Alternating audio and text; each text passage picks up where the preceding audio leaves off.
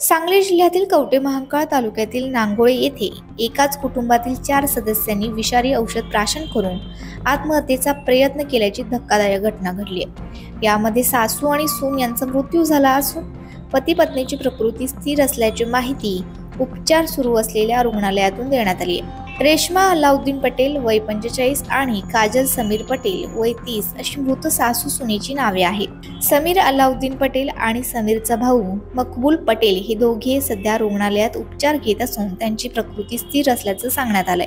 प्राथमिक माहितीनुसार या कुटुंबाने शुक्रवारी सकाळी घरी विषारी औषध सेवन केल्याचं उघड झालं। हे कुटुंब नांगोळे गावातील उपळे वस्ती परिसरात राहत होते। 4ही जणांनी मिळून आत्महत्येचा प्रयत्न का केला यामागील कारण अद्याप स्पष्ट झालेलं नाहीये। घटनेवेळी घरात आई, सून आणि सुनेची मुलं उपस्थित होती। घटनेनंतर नातेवाईकांनी तातडीने सर्वांना उपचारासाठी कवठे महांकाळ येथील ग्रामीण रुग्णालयात दाखल केलं। मात्र डॉक्टरांनी रेश्मा अल्लाउद्दीन पटेल आणि काजल पटेल यांना मृत घोषित केले।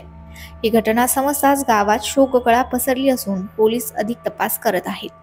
आत्महत्येमागील कारणांचा शोध घेण्यासाठी पोलिसांनी कुटुंबियांचे जबाब नोंदवणे सुरू केला आहे।